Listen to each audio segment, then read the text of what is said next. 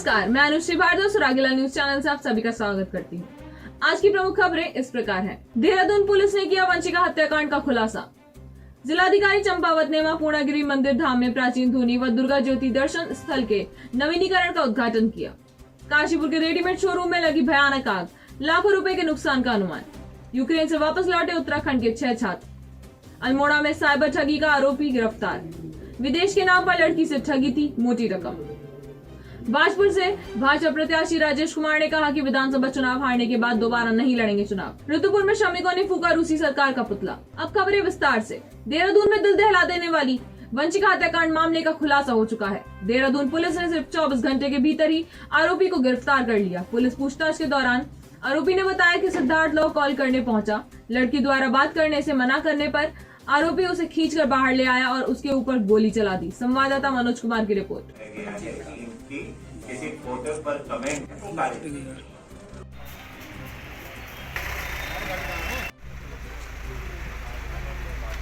3 फरवरी जो कि कल था, कल की बात है कि एक मेल स्टूडेंट के द्वारा एक फीमेल स्टूडेंट को गोली मारकर उसकी हत्या कर दी गई थी। तो उसके बाद मौके पर पुलिस पहुंची थी। पुलिस ने वहां पर मौका मुआयना किया था। उसके बाद हमारे द्वारा टीमें गठित की गई थी कि जो अभियुक्त है उसकी गिरफ्तारी के प्रयास किए गए और आज अभियुक्त को हमारे द्वारा गिरफ्तार किया गया है। जहां तक अभी प्रथम दृष्टया पूछताछ से जो अभी तक चीजें सामने आ रही हैं कि किसी फोटो पर कमेंट करने के चलते दोनों में विवाद हुआ था। इसमें कुछ सीनियर स्टूडेंट्स के द्वारा इससे माफी मंगवाई गई थी, जिसके के कारण ये व्यथित होकर इसके द्वारा ये कृत्या कारित किया गया है। इसमें और क्या क्या एंगल थे उस पर इन्वेस्टिगेशन अभी जारी है और इन्वेस्टिगेशन के बाद और भी पहलू अगर मिलते हैं तो उन पर विवेचना की जाएगी। क्यों चैंपियन, कैसी थी तुम्हारी आज की रेस? सेकंड आया। ओह, अरे पोता किसका है? Try this। देवरपन पुदीना ब्लास्ट। मम्मी ये आपके लिए देवरपन चिप्स टैंगी टमाटो। दादाजी आप ये ट्राई करो, देवरपन चिप्स क्रीम अनियन। कितने रनर से रेस में पार्टनर? 2। देवरपन क्रिस्पी क्रंची चिप्स। मस्ती से बोल, मस्ती में बोल। काशीपुर के चीमा चौराहे पर रेडीमेड कपड़ों के शोरूम में अचानक आग लगने से दुकान के अंदर लाखों रुपए के कीमती कपड़े एवं सामान जलकर खाक हो गया। आनन फानन में स्थानीय लोगों के द्वारा दमकल विभाग को सूचना दी गई, जिसके बाद मौके पर पहुंची फायर ब्रिगेड की 2 गाड़ियों ने बमुश्किल आग पर काबू पाया।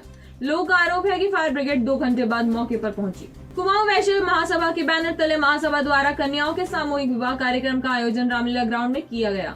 इस कार्यक्रम में महासभा की अध्यक्षा रेखा जिंदल व सचिव साधना जिंदल ने मुख्य अतिथि उप जिलाधिकारी काशीपुर अभय प्रताप सिंह चौहान का स्वागत किया। इस विवाह समारोह में काशीपुर व आसपास के क्षेत्र से आए वैश्य समाज के गरीब परिवार के 6 जोड़ों का विधि विधान के साथ विवाह संपन्न कराया गया। कार्यक्रम में केवीएस प्रीमियर ग्रुप के सीएमडी देवेंद्र अग्रवाल समेत वैश्य समाज के कई लोगों ने शिरकत की। वैश्य महासभा की अध्यक्षा रेखा जिंदल ने बताया, उनकी महासभा हर वर्ष वैश्य समाज की गरीब कन्याओं के विवाह कराती है।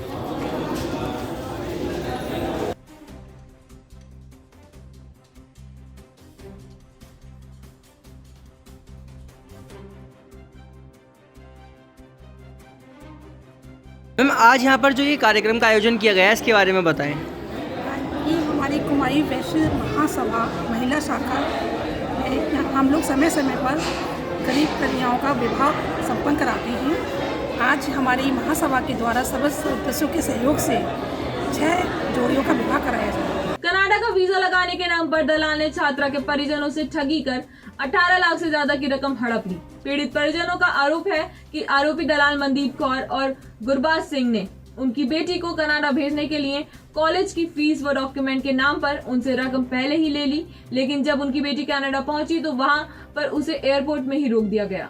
कनाडा इमिग्रेशन द्वारा जांच करने पर पता चला कि कॉलेज में उसकी फीस अभी तक जमा नहीं कराई गई है। परिजनों ने जब दलाल से बात की तो उसने जान से मारने की धमकी दी। इस मामले में डीआईजी द्वारा गठित एसआईटी ने मामले को जांच शुरू कर दी है। विधानसभा चुनाव में भाजपा प्रत्याशी राजेश कुमार ने चुनावों के नतीजों से जुड़ी एक बड़ी बात की है।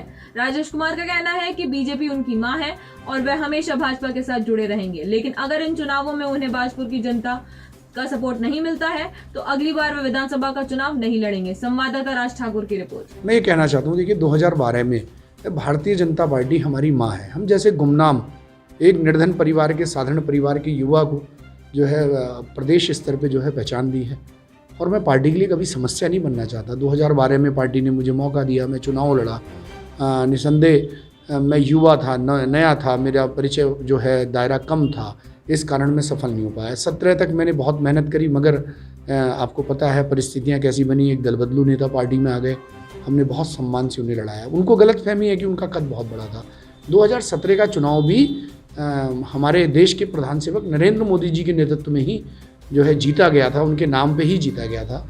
और 2022 में भी जो है आज अंडर करंट बहुत है मोदी जी को लेके, लोगों को बहुत आशाएं हैं मोदी जी को लेके, और मोदी जी ने वादे नहीं किए, उन्होंने काम करके दिखाया। तो मैं ये कहना चाह रहा था कि देखिए परिस्थितियाँ बहुत अनुकूल हैं, वातावरण बहुत अनुकूल है, माहौल हमारे साथ है, समीकरण भी हमारे साथ हैं। भाजपुर की महान जनता ने भी आशीर्वाद दिया है। अगर 1% इस चुनाव में हम सफल नहीं हो पाए तो चुनाव लड़ना ही जो है राजनीतिक व्यक्ति की पहचान नहीं है। देखिए ये सत्ता जो है सेवा के लिए है, ये सुख भोगने के लिए नहीं है। और निसंदेह ही मैं कहना चाहता हूँ, अगर 2022 के चुनाव में अगर किसी कारणवश मैं सफल नहीं हो पाता हूँ तो मैं पार्टी के लिए समस्या क्यों बनूँ? पार्टी मेरे को ही टिकट क्यों देगी बार बार? मैं आगे आके कहूँगा कि भाई मैं चुनावी परंपरा से बाहर निकलूँगा और पार्टी को मैं अपनी माँ मानता हूँ, संगठन का काम करूँगा, संगठन के लिए काम करूँगा। हम चुनाव नहीं लड़ेंगे, चुनाव लड़ाएंगे, जिसे कहेगी पार्टी उसको लड़ाएंगे। आज दोपहर 3 बजे मां भगवती बाल सुंदरी देवी जी की ध्वजा यात्रा नगर मंदिर से श्री चैती मेला परिसर स्थित मां बाल सुंदरी देवी मंदिर ले जाई गई, जहाँ विधिवत पूजा अर्चना के उपरांत सायं 6 बजे तक ध्वजा यात्रा नगर मंदिर वापस लाई गई। इस बार पालकी में मां के प्रतीक के रूप में नारियल लेकर सहायक प्रधान पंडा मनोज अग्निहोत्री बैठे। आज काशीपुर में उत्तराखंड के पूर्व मुख्यमंत्री त्रिवेंद्र सिंह रावत नवीन अनाज मंडी पहुंचे। उन्होंने पत्रकारों से वार्ता के दौरान बताया कि प्रदेश में भारतीय जनता पार्टी की पुनः सरकार बना रही है। उन्होंने इस बार चुनाव लड़ने से मना कर दिया था, जिस कारणवश वे मुख्यमंत्री पद के दावेदार भी नहीं है। कार्यक्रम में काशीपुर के भाजपा प्रत्याशी त्रिलोक सिंह चीमा, महापौर उषा चौधरी, गुरविंदर सिंह चंडोक सहित तमाम कार्यकर्ता मौजूद रहे। तो चुनाव के नतीजे आने हैं, किस तरह की रणनीति अब शुरू हो गई है? देखिए रणनीति की तो कोई गुंजाइश नहीं है। रणनीति थोड़ी पीछे ले जाओ। गणना शांतिपूर्वक हो, ये हम प्रदेश का जो हमारी प्रशासन है उससे कहना चाहेंगे, आयोग से कहना चाहेंगे और यहाँ की जनता से कहना चाहेंगे कि आपका निर्णय ये ईवीएम में सुरक्षित है। अब उसको केवल ओपन होना है, खुलना है उसको, और जो भी उस दिन मतगणना होगी उसके परिणाम सामने आएंगे। भारतीय जनता पार्टी एक बार फिर उत्तराखंड में सरकार बना रही है, और वो भी प्रचंड बहुमत के साथ। ये बात इसलिए कह रहा हूँ कि कई लोग, और आज मैं मीडिया में पढ़ रहा था, साहब हम गवर्नमेंट बनने की संभावना है, निर्दलीय जीतकर बड़ी संख्या में आने वाले हैं। तो उत्तराखंड के लोगों ने हमेशा नेशनल पार्टी को ही अपना पक्ष दिया है, अपना मतदान किया है, और उत्तराखंड की जनता ये जानती है कि सरकारें एक दल की ही अच्छी होती हैं, वही ठीक से विकास कर सकती हैं और राज्य को स्थिरता प्रदान करने के लिए इस बार उत्तराखंड की जनता ने मतदान किया। 5 साल का समय भारतीय जनता पार्टी को अभी तक मिला है, और आने वाले 5 साल भी भारतीय जनता पार्टी के होंगे, और पुष्कर सिंह धामी जी के नेतृत्व में एक बार फिर सरकार होगी। सर, विपक्ष के द्वारा लगातार आरोप लगाया जाता रहा है कि जो है इंजन वही है, लेकिन केवल ड्राइवर ही बदले हैं, इंजन नहीं बदला है। डबल इंजन की सरकार का वादा करके सरकार जो धोखा दिया है जनता। देखिए, ड्राइवर बदलने से कोई गाड़ी खराब नहीं हो जाती। ड्राइवर गाड़ी वही चाहिए, ड्राइवर तो बदलते रहते हैं। गाड़ी ठीक चाहिए, बढ़िया चाहिए, उसका इंजन बढ़िया चाहिए। उत्तराखंड में तो डबल इंजन की सरकार है। तराई पश्चिम वन प्रभाग के पतरामपुर क्षेत्र में गर्मी बढ़ने से वन्य जीव आबादी वाले इलाकों की तरफ आने लगते हैं, लेकिन इस बार वन विभाग की तरफ से वन्य जीवों को पीने का पानी उपलब्ध कराने हेतु तराई वन प्रभाग की बतरामपुर रेंज के कच्चे और पक्के 15 वाटर हॉलों में पानी का प्रबंध कराया गया है। संवाददाता दीपक चौहान की रिपोर्ट। देखिए, वाइल्ड लाइफ जो है हमारे यहाँ बहुत अधिक मात्रा में है और जो आबादी की ओर आ जाता है, तो हमारे वहाँ जो है 10 से 15 वाटर हॉल बनाए गए उनको गर्मी की वजह से पानी पीने के लिए, जिसमें जो है कुछ नेचुरल स्रोत हैं, कुछ जगह हम लोग टैंकरों से पानी डालते हैं ताकि उनको कोई ऐसी परेशानी ना हो, ना आबादी की रोक करें। हमारी कोशिश ये रहती है कि वाइल्ड लाइफ जो है जंगलों में ही रहे, आबादी में ना आए। कई परिस्थितियाँ ऐसी होती है कि क्षेत्र में पानी नहीं होता, पानी के चक्कर में आबादी क्षेत्र में आ जाते हैं, फिर वन्य जीव हिंसाएँ बढ़ती हैं। इसलिए हमारे विभाग द्वारा जो है बहुत अच्छी कार्रवाई जो भी वाटर हॉल वगैरह की सुविधा दी है, उसमें हम लोग टैंकरों से या नेचुरल स्रोत से कि नाले से पानी की व्यवस्था कर रहे हैं ताकि हाथी, टाइगर, वाइल्ड लाइफ, लेपर्ड वगैरह जो है, हिरन, अन्य प्रजातियाँ जो भी वन्य जीव संबंधित है उनको परेशानी ना हो। यूक्रेन से भाजपुर का एक छात्र इदरीश घर वापस आ गया है। एसडीएम राकेश चंद तिवारी सहित स्थानीय प्रशासन और ग्रामीण छात्र से मिलने उसके घर पहुंचे। छात्र ने बताया कि यूक्रेन से बाहर निकलने के दौरान उनकी कार के सामने 3 ब्लास्ट हुए और 2 रूसी टैंक भी उनके सामने चल रहे थे, लेकिन तिरंगा देख रूसी सैनिकों ने उनका सहयोग किया। और रसिया के युद्ध होने पर हमारे जो जनपद के और देश के जो बच्चे वहाँ मेडिकल स्टूडेंट के रूप में पढ़ाई कर रहे थे, तो उसके लिए हमारी जो सेंट्रल गवर्नमेंट है, स्टेट गवर्नमेंट बहुत चिंतित थी और लगातार इनसे संपर्क किया जा रहा था। इसी के परिप्रेक्ष्य में शासन प्रशासन डीएम साहब के नेतृत्व में यहाँ हम लोग भी जैसे सूचना प्राप्त हुई, धीरे धीरे इनसे संपर्क किया गया, इनके परिजनों से संपर्क किया गया, इन लोगों से बातचीत की गई और इनके कुशल वापसी के लिए लगातार प्रयास किया गया। और इसी का परिणाम है कि आज परगना भाजपुर के जो 7 बच्चे वहाँ यूक्रेन में फंसे थे, उनमें सर्वप्रथम इदरीश की वापसी हुई है और सभी लोग खुश हैं, पूरा हमारा परगना खुश है, जनपद के लोग खुश हैं। इनके साथ 2 बच्चे और आए हैं, तो सभी लोग खुश हैं और इसी तरह के कुशलता से सभी बच्चे जो वहाँ मेडिकल की पढ़ाई करने गए थे उनके वापसी की कामना करते हैं। देखिए, परेशानियां तो बहुत है वहाँ। अभी सिचुएशन वहाँ इतनी ख़राब है कि वहाँ के सिविलियंस को भी अटैक हो रहे हैं, उनके ऊपर भी। 2-3 दिन पहले तो सिविलियंस को कुछ नहीं बोल रहे थे वो, लेकिन अभी सिविलियंस भी मारे जा रहे हैं। अभी 2 दिन पहले ही 2 स्टूडेंट जो 4th ईयर में थे उनकी डेथ हो गई है वहाँ। और अब तो बिल्डिंग पे भी अटैक कर रहे हैं, डायरेक्टली मिसाइल गिरा रहे हैं, एयर स्ट्राइक चल रहा है, ब्लास्टिंग चल रही है। हम जब निकले थे तो हम भी रिस्क लेकर निकले, क्योंकि एम्बेसी ने बोल दिया था कि अपने ओन रिस्क पे निकल सकते हो तो निकलो, वरना छुपे रहो। अब छुपे रहते तो वहाँ पे काम खराबी है, तो हम रिस्क लेकर निकले। गाड़ी की हमने $300 की गाड़ी की, जहाँ 300-400 रुपये में हो जाती है गाड़ी। लेकिन बंदा, वो गाड़ी वाला भी ठीक था जिसने हमें रेलवे स्टेशन तक पहुँचा दिया और उस हिसाब से हम ट्रेन पकड़ के वहाँ से बॉर्डर हमने क्रॉस किया 1700 किलोमीटर दूर। फिर वहाँ से हम हंगरी बॉर्डर गए। हंगरी बॉर्डर से हमें प्रॉपर अच्छी फैसिलिटीज़ दी गई गवर्नमेंट के थ्रू अपनी। तो मोदी जी ने और हमारी स्टेट की गवर्नमेंट ने सारी व्यवस्थाएं कर रखी थी सब ने, तो उसी हिसाब से हम वहाँ से निकले। फिर हम उत्तराखंड सदन गए हैं, वहाँ से हमें ट्रांसपोर्टेशन और फूड प्रोवाइड किया गया है। जिस तरह से देखिए, वहाँ सिचुएशन खार्किव में ऐसी सिचुएशन है कि वहाँ गवर्नमेंट जा ही नहीं पा रही है। रियलिटी यह है कि वहाँ गवर्नमेंट जा ही नहीं पा रही है, ना तो यूक्रेन की ना ही इंडिया की, क्योंकि एम्बेसी ने भी हमारे साफ कह दिया है कि तुम अगर वहाँ से निकल सकते हो अपने ओन रिस्क पे निकलो। वहाँ गवर्नमेंट कोई फैसिलिटीज़ प्रोवाइड नहीं कर सकती, क्योंकि वहाँ पे ब्लास्टिंग हो रही है। 50 से 60 बम डेली फूट रहे हैं वहाँ पे। डे बाय डे वहाँ की सिचुएशन खराब होती जा रही है। बंकर में बिताए हैं, बिस्किट वगैरह खा के। बिल्डिंग के अंडरग्राउंड बंकर होते हैं वहाँ, हमने 5 दिन वहाँ बिताए हैं। मुझे नहीं लगता कि अगर वो ज़्यादा डेंजर सिटी से बिलोंग करते हैं तो फिर वहाँ उनको कहाँ से टैक्सी प्रोवाइड कराएगी गवर्नमेंट, बताइए ना। अगर डेंजर सिटी में है तो वहाँ से टैक्सी प्रोवाइड कराने का चांस ही नहीं है। और अगर वो कहीं बॉर्डर के आसपास हैं तो वहाँ फैसिलिटीज़ अवेलेबल हैं, वो खुद से भी टैक्सी कर सकते हैं। 2 मंथ बाद मेरा फाइनल होने वाला था, 2 मंथ बाद मेरी डिग्री भी मिलने वाली थी। होप के मुझे डिग्री मिल जाएगी। आई थिंक कि 90% चांसेस है कि डिग्री मेरी मिल जाएगी। रूस की तरफ से लगातार यूक्रेन पर हो रहे हमले से हुई 2 भारतीय छात्रों की मौत से भड़के रुद्रपुर के श्रमिकों ने गांधी पार्क के पास संयुक्त रूप से एकत्रित होकर रूसी सरकार का पुतला फूंका और जमकर नारेबाजी की। श्रमिकों का आरोप है कि मोदी सरकार ने यूक्रेन में फंसे भारतीय छात्रों की सकुशल घर वापसी के प्रयास की बजाय उत्तर प्रदेश में विधानसभा चुनाव को प्राथमिकता दी। संवाददाता दीपक कुकरेजा की रिपोर्ट। बंद करो, बंद करो, बंद करो, बंद करो, बंद करो। यूक्रेन में फंसे भारतीय छात्रों की तत्काल वापसी करनी होगी। चंपावत पुलिस ने अपने आप को बैंक अधिकारी बताकर बैंक का क्रेडिट कार्ड नंबर मांगकर धोखे से उसके खाते से 81,996 रुपए की धनराशि की धोखाधड़ी कर साइबर ठगी करने वाले गिरोह के सरगना मोहन गार्डन दिल्ली से गिरफ्तार कर लिया है। संवाददाता गुरदीप सिंह की रिपोर्ट।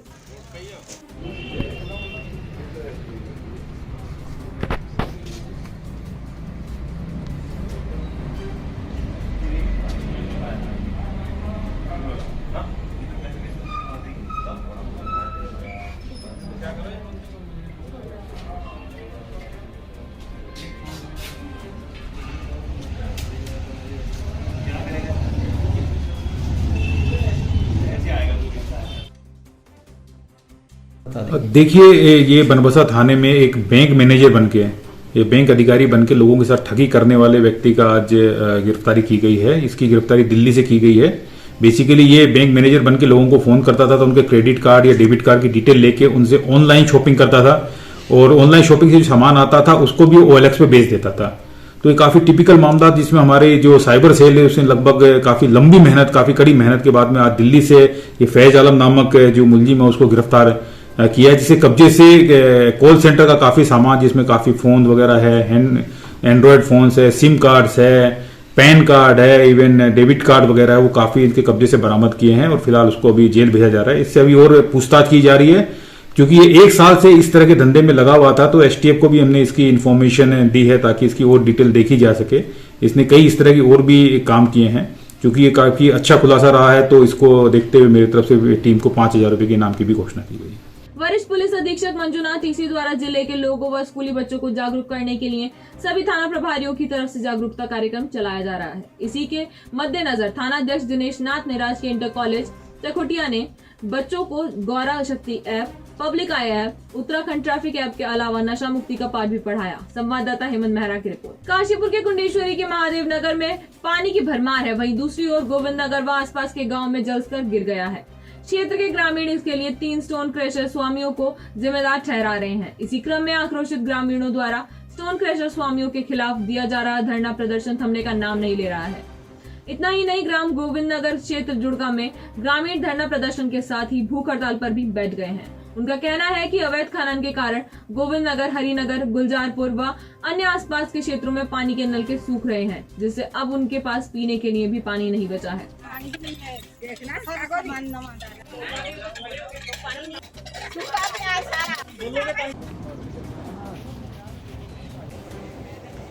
पानी नहीं आ रहा है, तो क्या करेंगे?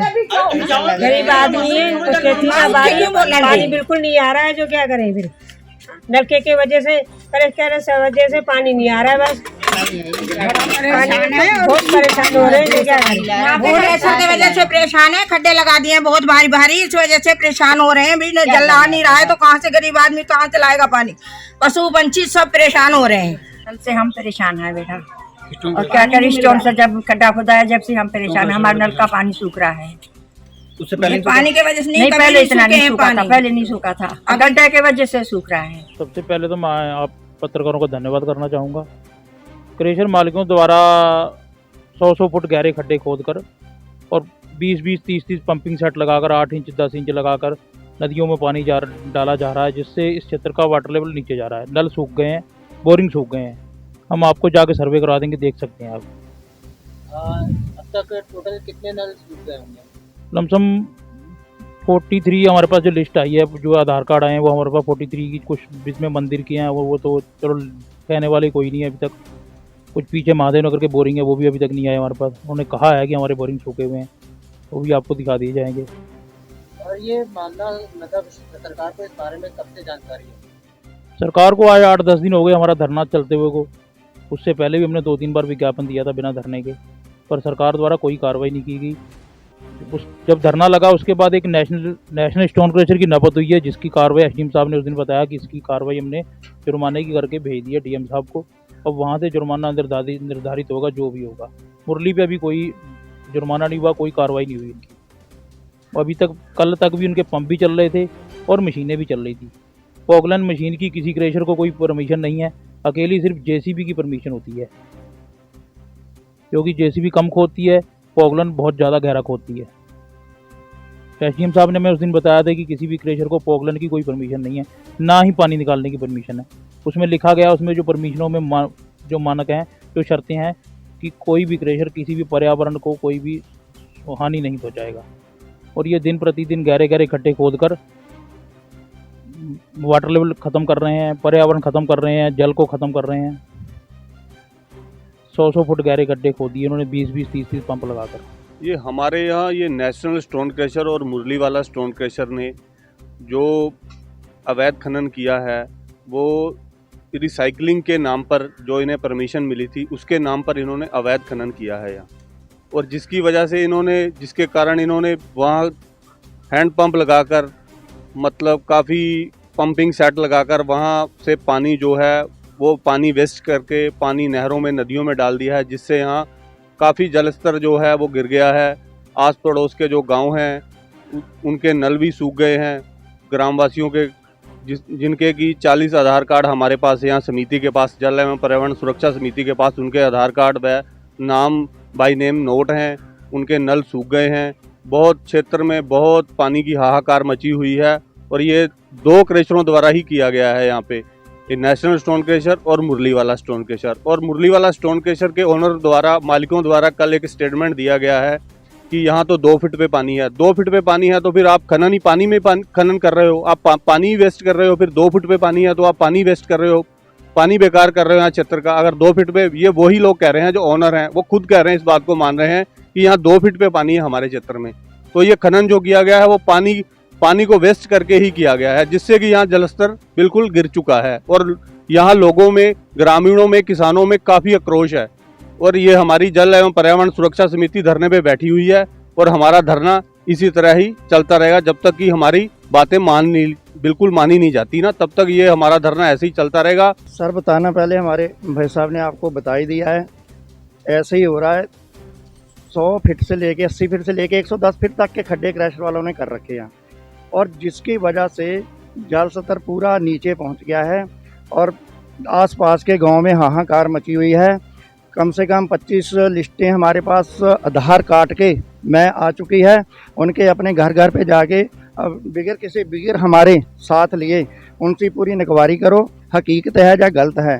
कल क्रशर मालिकों ने कोई खबर दी है, अपने ही खुद जिन्होंने खड्डे मारे उन्होंने स्टेटमेंट दी है कि यहाँ 2 फीट पे पानी है, एक ने 90 पे कह दिया, एक ने 2 फीट पे कह दिया। लेकिन ऐसे थोड़ी माना जाएगा, वो तो जो अपना क्रशर वाला वो तो अपनी सफाई देगा ना बढ़िया। और इस चक्कर में खुद आप करो और निर्णय लो, आप गांव में जाओ, पता चल जाएगा। और हमारा ये 7 तारीख को अपने एसडीएम रुद्रपुर डीएम के यहाँ ऐलान कराया, वहाँ पे उसका घेराव करेंगे जाके। 2 तारीख को एसडीएम के करा था काशीपुर, उसके बाद भी कोई सुनवाई नहीं हुई। बस यही कह रहे हैं कि कार्रवाई चल रही है, कार्रवाई चल रही। कार्रवाई का अभी तक तो पता नहीं है कौन सी चल रही है, कौन सी नहीं चल रही। काम इनका चल रहा है धराधर, रात भी और दिन भी 24 घंटे काम चल रहा है। आप प्रशासन को हम हाथ जोड़ के विनती करते हैं कि इसको जल्द से जल्द जो हमारी समिति की और पूरे किसान यूनियन की सुनवाई की जाए और जबकि उसके बाद में धरना समाप्त हो जाए। आज के लिए बस इतना ही। उत्तराखंड से जुड़ी सभी खबरों को जानने के लिए देखते रहिए सुरागीलाल न्यूज चैनल। धन्यवाद।